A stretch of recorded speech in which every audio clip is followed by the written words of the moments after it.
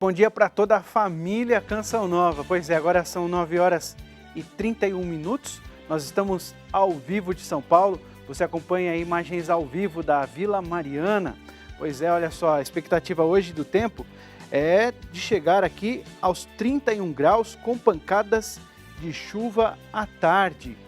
E hoje, quarta-feira, é dia da catequese do Papa. Ele se prepara para viajar ao Iraque. Daqui a pouco a Lísia Costa traz essas informações, ela que está lá em Roma, acompanhando tudo bem de perto. E vamos saber das ações de combate ao coronavírus pelo Brasil e pelo mundo. Aqui em São Paulo, o governo afirmou que a situação é alarmante e deve anunciar hoje medidas mais restritivas para salvar vidas. E vamos mostrar também iniciativas de solidariedade para levar alívio a todos que sofrem e a oração pelo fim da pandemia. O CN Notícias segue para o intervalo com imagens da capital federal. Brasília tem dia de sol com aumento de nuvens e pancadas de chuva entre a tarde e a noite. A máxima na capital federal chega aos 27 graus. O intervalo é rapidinho, a gente volta já, agora 9 horas e 32 minutos.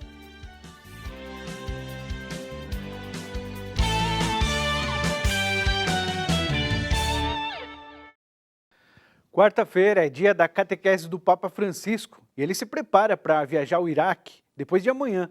Hoje, em sua catequese, Francisco manifestou o desejo de ir ao Oriente Médio e visitar o país marcado por perseguições contra os cristãos. Direto de Roma, a Lísia Costa está acompanhando tudo de perto para deixar você bem informado. E conta para nós como foi a catequese de hoje. O Papa respondeu a diversas perguntas sobre o amor de Deus, como, por exemplo, por que Deus ama as pessoas. Bom dia, Rodrigo. Bom dia a todos. Olha, difícil não se emocionar ao ouvir as palavras do Papa Francisco sobre essa viagem que ele está prestes a fazer ao Iraque. Se percebe claramente o coração de pai, o coração de pastor, se percebe que o Papa está decidido, mesmo diante de tantas dificuldades, a se encontrar com aquele povo marcado pela guerra, pela perseguição. Ele disse que há tempos ele queria ir ao Iraque para se encontrar com aquelas pessoas que sofreram tanto com a guerra e também com a igreja mártir presente ali. Ele disse que lá na terra de Abraão vai também se encontrar com outros líderes religiosos e que eles darão mais um passo concreto em direção à fraternidade entre as religiões. Esse vai ser o momento do encontro na planície de Ur, terra conhecida como a Terra de Abraão. No final do seu apelo, o Papa insistiu para que todos o acompanhem com a oração para que tudo ocorra do melhor modo e que traga os frutos esperados, e afirmou: o povo iraquiano nos espera, como eles esperavam também por João Paulo II, que foi impedido de fazer essa viagem. E ele falou que não se pode desiludir esse povo pela segunda vez, e insistiu: rezemos para que esta viagem possa ser feita. Rodrigo, Papa também pediu orações pelo Mianmar, onde conflitos têm deixado mortos.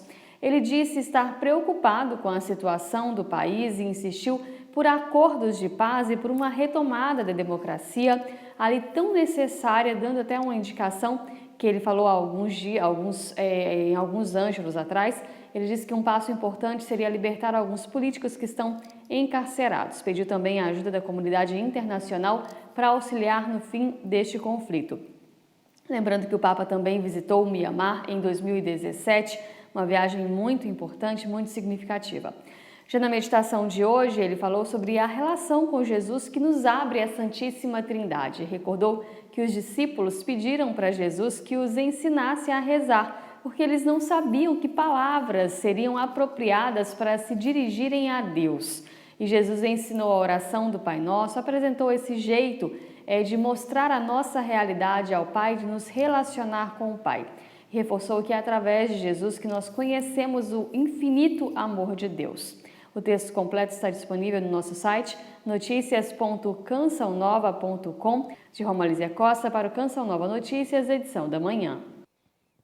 Obrigado, Lísia, pelas informações. Olha, uma notícia que chegou agora há pouco aqui. No Iraque, uma base militar foi alvo de ataques agora, na véspera da visita do Papa Francisco ao país. A instalação abriga soldados norte-americanos, de coalizão liderada pelos americanos e por forças iraquianas. O Vaticano disse que a viagem está mantida, por isso esse apelo dele, vamos acompanhar mesmo o Papa com as nossas orações E aqui a Canção Nova deixa você bem informado, porque você sabe, é a Canção Nova com você, mais perto do Papa, sempre. A Câmara dos Deputados e o Senado Federal aprovaram projetos que garantem compra de vacinas por estados, municípios e iniciativa privada. Vamos a Brasília, então, conversar com a Liana Nunes. Oi, Liana, bom dia para você. Você tem essa informação, mas tem muitas outras informações para a gente nesta manhã, né?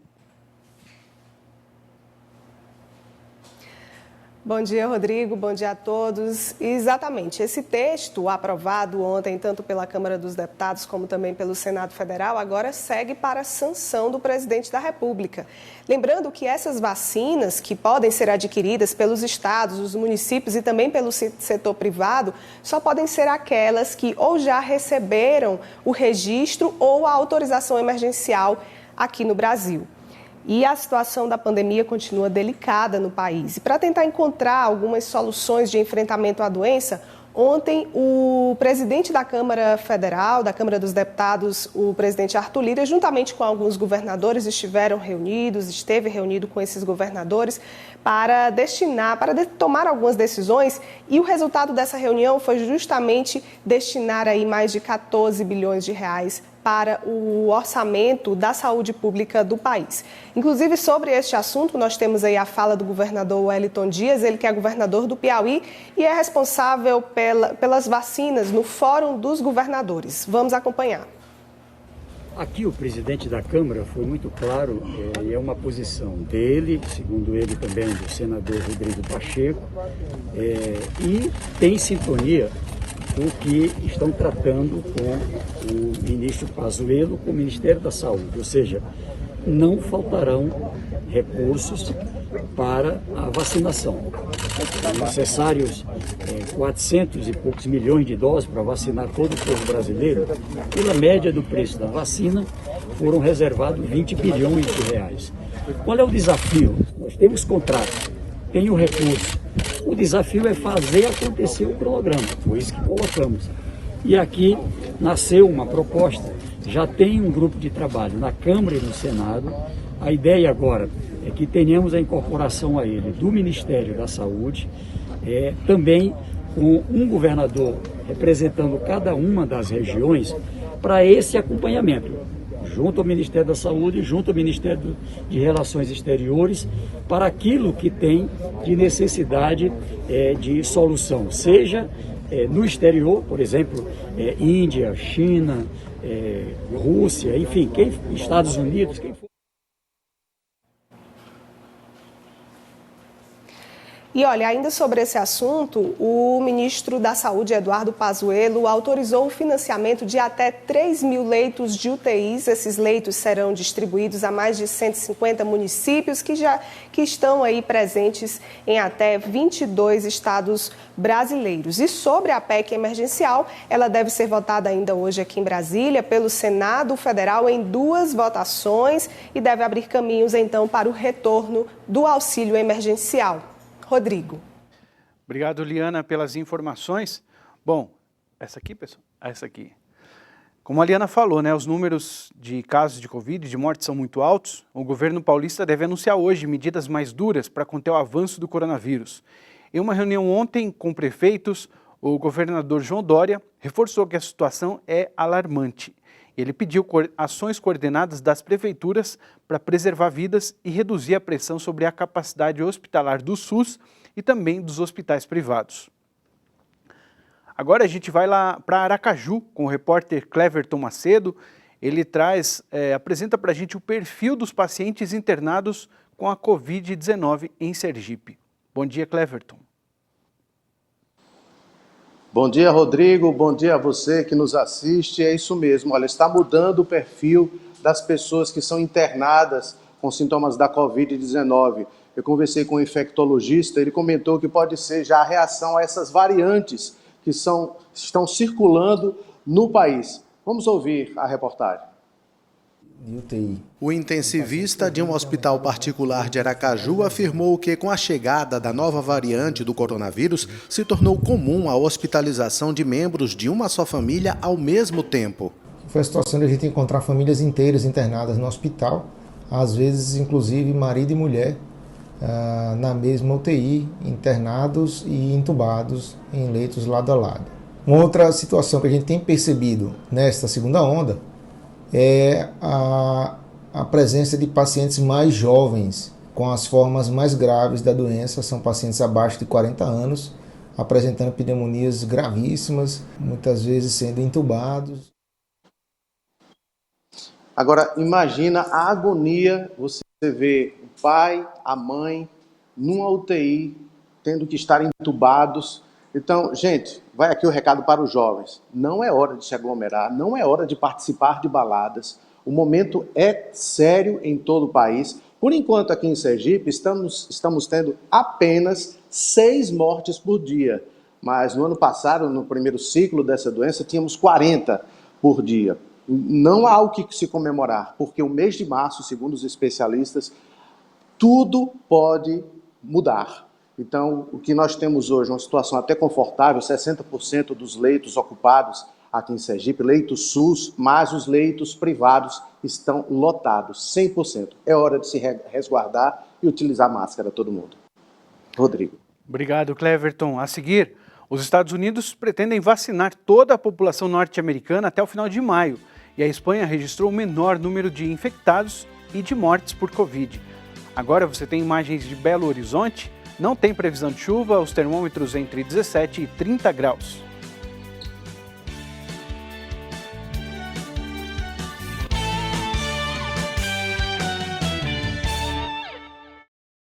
Você está acompanhando o CN Notícias ao vivo aqui de São Paulo, agora faltando 13 minutos para 10 da manhã. Vamos agora de notícia internacional. Entre os destaques está o anúncio do presidente Joe Biden, que pretende vacinar toda a população adulta dos Estados Unidos até o final de maio. Em seu destaque, o New York Times afirma: Biden promete vacina suficiente para todos os americanos adultos até o final de maio. O novo cronograma do presidente Biden também prevê que todos os professores sejam vacinados até o final de março, mas ele também alertou que não se pode baixar a guarda. O processo de aceleramento da vacinação foi apresentado depois que a Casa Branca negociou acordo com a Merck para aumentar a produção de vacina da Johnson & Johnson. O britânico The Guardian destaca: vazamento acidental de documento evidencia esquema de trabalho chineses para reduzir a população uigur na China. Segundo o jornal, os programas de mão de obra chineses em Xinjiang são projetados, pelo menos em parte, para reduzir a densidade populacional da minoria étnica uigur, de acordo com um estudo publicado acidentalmente online. Especialistas em direitos humanos e autoridades governamentais rotulam as atividades de genocídio cultural. E o Jerusalém Post estampa: Israel pode precisar entrar em um quarto bloqueio antes das eleições gerais de 23 de março, disse o comissário do coronavírus, professor Nashman Ash, em entrevista a uma rádio na manhã de hoje. O comissário afirmou que nesta terça-feira cerca de 4.240 pessoas foram infectadas com o vírus em Israel e que a taxa de reprodução, que mede o número de pessoas que cada portador pode infectar, subiu para 1, enquanto o país se prepara para a saída do bloqueio. A partir do próximo domingo, restaurantes e salas de eventos retomarão as atividades, depois de meses, e as fronteiras israelenses serão reabertas, pelo menos parcialmente. E junto com a pandemia, a desigualdade ficou mais visível também. Mas esse tempo de grandes desafios trouxe exemplos de solidariedade. Em Portugal, o governo reconheceu o papel importante de uma instituição de solidariedade. Nesse último dia 2 de março, registrou o primeiro ano da pandemia aqui no território português. Foi nesse dia 2 de março do ano passado que foi registrado o primeiro paciente contaminado com Covid-19.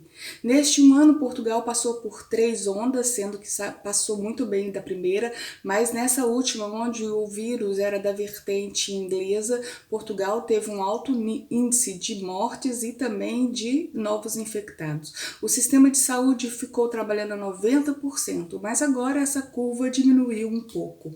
Nas celebrações, né, desse ano, pode-se dizer, o país homenageou os profissionais da saúde. E o presidente da República disse também que as IPSS, que são instituições de solidariedade, normalmente ligado à Igreja Católica, tiveram um papel fundamental na luta contra o Covid.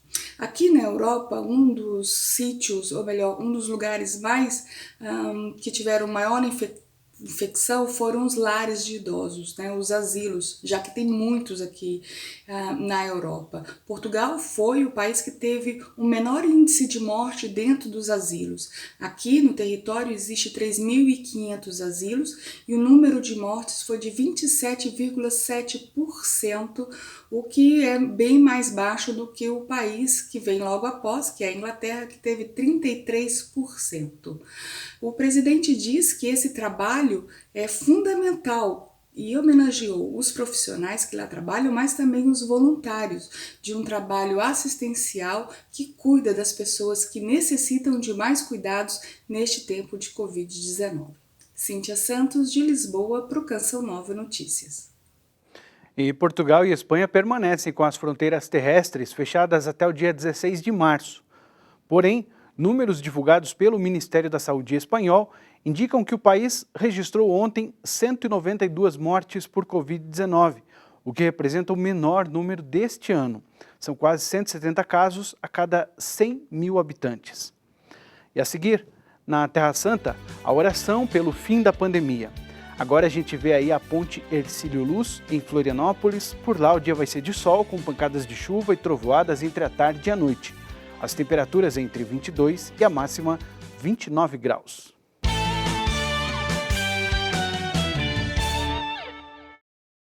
Veja agora como fica o tempo na sua região. Faz sol no sul do Rio Grande do Sul. No interior do Paraná, a chuva acontece em vários momentos. Nas demais áreas da região, pancadas isoladas. No sudeste, chove de forma isolada entre a tarde e a noite em São Paulo, boa parte de Minas Gerais, no Espírito Santo e sul do Rio de Janeiro. Previsão de tempo firme para o restante da região. Já no centro-oeste, tem chuva frequente no norte do Mato Grosso. Faz sol em grande parte da região, mas as pancadas de chuva vêm com moderada a forte intensidade. No norte, sol pela manhã e chuva à tarde no Acre, norte do Amazonas, Roraima, centro-sul de Rondônia e no Tocantins. Nas outras áreas, chove a qualquer hora. Na região nordeste, só não chove no interior da Bahia. Nas demais áreas, a chuva pode vir com moderada a forte intensidade em alguns pontos. E uma informação falando de economia que chegou agora há pouco aqui, olha, com a pandemia, o PIB do Brasil, o Produto Interno Bruto, caiu 4,1% em 2020 na comparação com 2019. É o maior recuo anual da série em 24 anos. Essa queda interrompeu o crescimento de 3 anos seguidos, de 2017 a 2019, quando o PIB acumulou alta de 4,6%. E na Terra Santa, a força da oração pelo fim do coronavírus. Os detalhes com a Danúbia Gleiser. Ontem à noite, no Santuário Estela Maris, na cidade de Haifa, a Assembleia dos Líderes Católicos da Terra Santa, que são os representantes dos diversos ritos que têm jurisdição sobre este território, se reuniu para pedir a intercessão de Nossa Senhora do Monte Carmelo, neste tempo de coronavírus. As orações foram feitas pelos membros destes diferentes ritos, que contaram com a participação de cantores melquitas, latinos e maronitas. Entre os pedidos, o clamor ao Senhor dizendo: Deus Todo-Poderoso e Eterno, nosso refúgio em todos os perigos, a quem nos dirigimos em todos os nossos esforços. Com fé te pedimos, olhe para os sofredores com compaixão, conceda descanso eterno aos mortos, conforto aos que estão de luto, cura aos enfermos, paz para os moribundos, força para os trabalhadores da área da saúde, sabedoria para os governantes, coragem para nos unirmos no amor. De Jerusalém, Danúbia Gleiser para o Canção Nova Notícias, edição da manhã. E a gente encerra o CN Notícias de hoje com esse momento de oração que você acompanhou da Terra Santa, mas também com um apelo muito importante do Papa Francisco pelo acolhimento aos pecadores. Quando eu vou a confessar-me, é para sanar-me, para curar minha alma, para sair com mais saúde espiritual, para passar da miséria à misericórdia.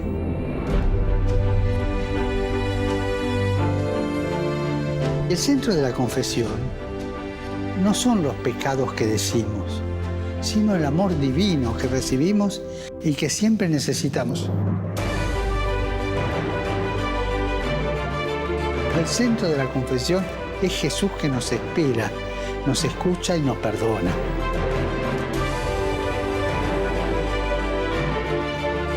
Recuerden esto, en el corazón de Dios estamos nosotros antes que nuestras equivocaciones.